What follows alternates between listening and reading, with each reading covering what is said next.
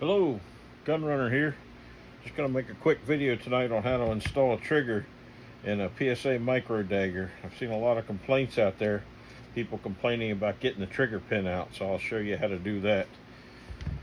My micro dagger's here working on some trigger upgrades, trying to figure out which is the best. We got a Johnny Glock's 4311 and the C1. This is one I've not heard much about, but it's a decent trigger, more economical. The Trigger Shark in this one, and on this guy we're going to add the Tactical Pontoon Peacemaker trigger. We just got that in, so we're going to install the Tactical Pontoon in this guy. Before I get to that, I just wanted to show you guys something. Some people complain about the bulge on the micro dagger mags. The plastic base plates tend to bulge a little bit, especially fully loaded. This isn't loaded, but you can already see that bulge forming on that plastic base plate. Never ever had one fail. I think I've got about 8 or 10 of these.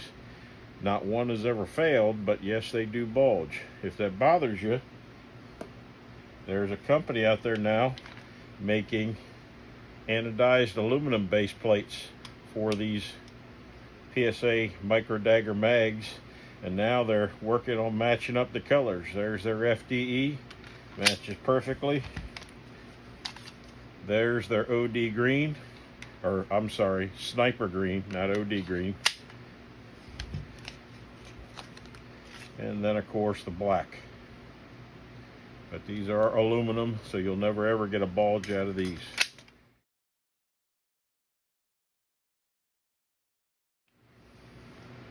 Set these guys aside and we'll get this trigger installed.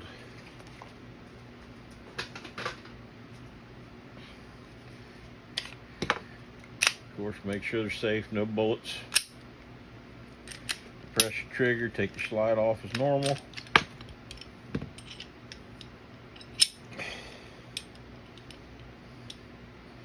Everything there is as normal, just like when you're taking it apart to clean it.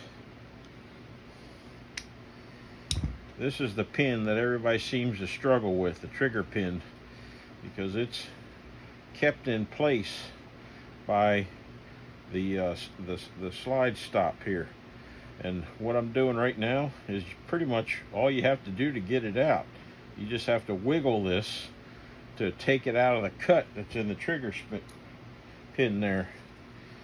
So if you put some pressure on that pin and just give that a wiggle, they come right out. I see guys pounding on these guys with a hammer. That won't work.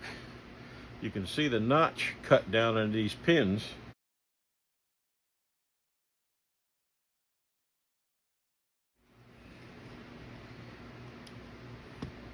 And those notches ride right there, and that's what locks that guy in.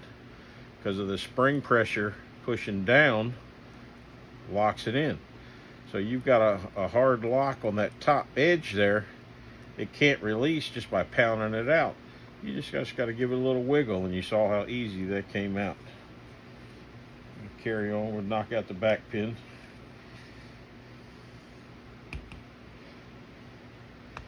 All these pins are pretty simple. We get our locking block out next.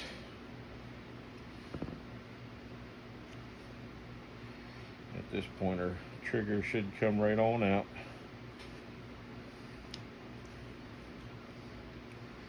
There's your stock PSA micro dagger trigger.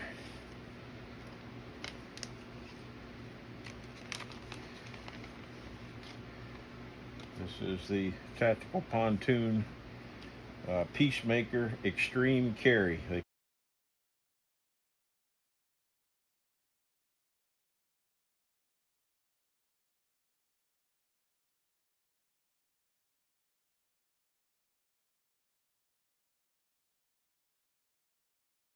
Call this.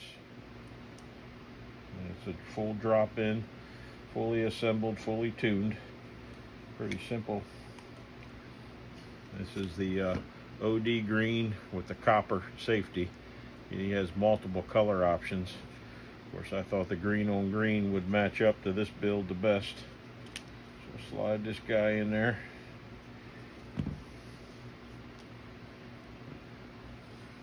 Put the pin in the trigger housing.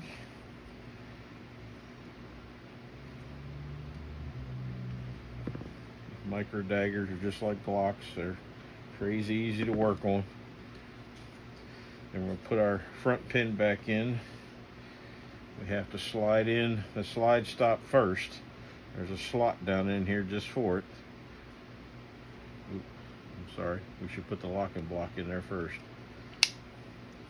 Now that creates a slot for the slide stop to slide into, right underneath that locking block, and push it in. And now if you look in the side, you can see through the hole, and you can see that slide stop. Insert your pin, and it's pretty much just play with that slide stop again. Oh, we don't have tension on it. That means that spring's not set right. Sometimes that spring will want to hang up on the locking block. It's good to see this happen. Sometimes that spring gets caught off to the side instead of underneath. This is different than a Glock 43X spring. The 43X uses a captive spring instead of this leaf style spring. If you choose, you can upgrade this. The Glock 43X springs do fit in here. They do look completely different. Got one here somewhere,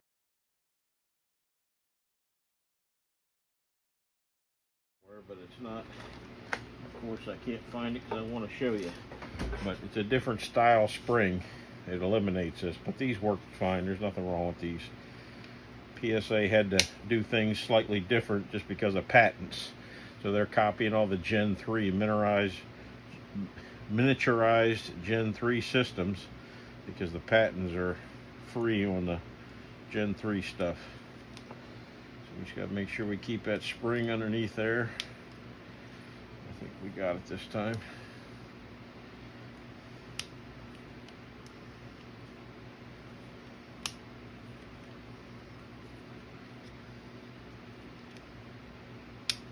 There she goes. Now we see we got our spring tension. It's important to make sure you do have that spring tension or it will not work. Now on the Tactical Pontoon Peacemaker Extreme Carry, they also give you a 5-pound striker spring. The factory is 5.5 pounds. That helps lighten up the trigger pull just slightly. But Tactical Pontoon swears that this guy will not lighten it up enough where you won't get the light primer strikes. He says this is a happy medium. So in order to, we got to get our striker assembly out, we got to remove our back plate. If you look underneath of your striker right here, you can just see the top of the striker guide, the black plastic piece in here, right underneath of the striker. So we're going to take our punch and we're going to grab just that plastic and we're going to pull down. I'll do this left-handed so you can hopefully see here. We're going to pull down on the plastic, which will allow that back plate to slide off. Got to keep your thumb on top because stuff's going to want to spring out of here. We got our ejector, spring, and then the striker assembly are all spring loaded. So you got to catch them so you don't lose them. We're going to slide. There's our striker assembly. It's also good to know how to do this. A big problem on these is this screw on the right side of your optic. If it's too long, this is what it interferes on. Right here, your plunger won't work. So anytime you install an optic, it's a good idea to pull that back plate off and make sure this has free movement right here. And that screw hasn't locked up the plunger. It's good to know how to take that back plate off. We're going to take our striker assembly that we just pulled out the back here. We're going to flip it over and slide it right back in there. Here's the spring we have to change. It's held in place by two spring cups, they're called. It's just like two halves. So the easiest way to hold that guy is just put it upside down into the striker channel there. It'll just give us something to hold.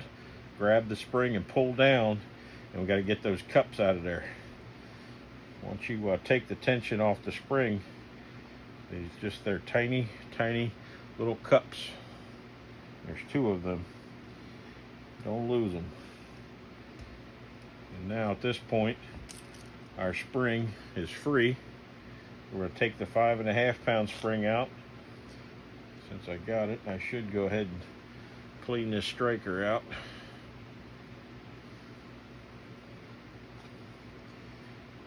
Add our 5 pound spring, and it's just reverse procedure. I'm putting this dude back in here.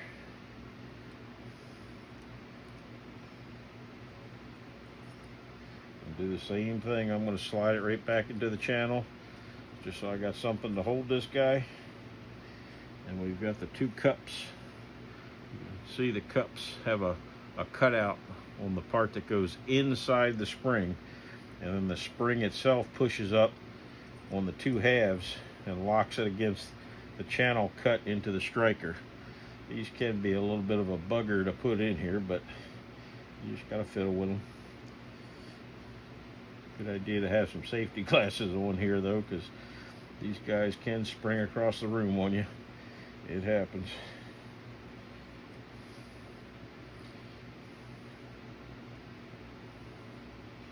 Got the 1 cup in there. We just gotta get the 2nd cup in.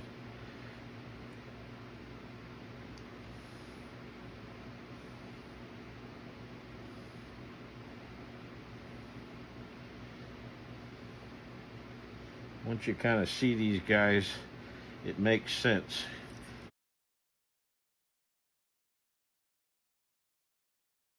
It's gonna be real hard to see that on camera, but now you can see the 2 halves of that cup are now create like one solid ring that locks your striker assembly back together.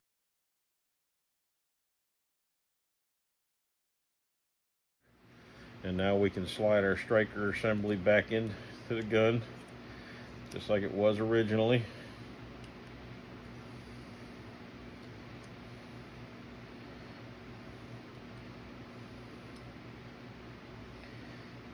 Plunger's still in place. We're going to put our back cover back in. And these 2 pieces here both have to be pushed in order to get the back cover back on.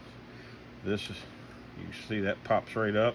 That piece you just saw me push down is the same piece that we first pulled down from here to release. Now we got to push our plunger in.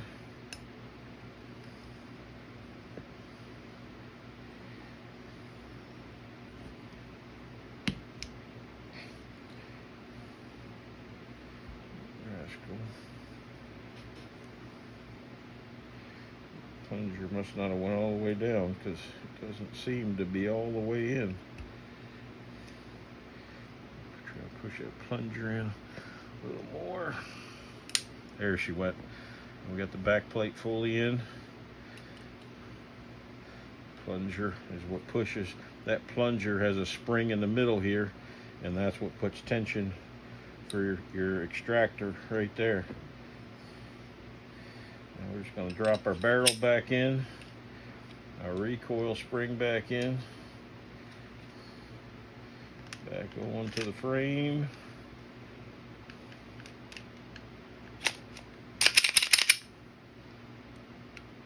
There you have it. Tactical pontoon, Peacemaker, extreme carry, installed in just a few minutes. Nothing to it. Next video I'm going to make will be comparing the 3 triggers. So we're going to compare the Tactical Pontoon to the Johnny Glock's 4311 to the Tiger Shark. Stay tuned.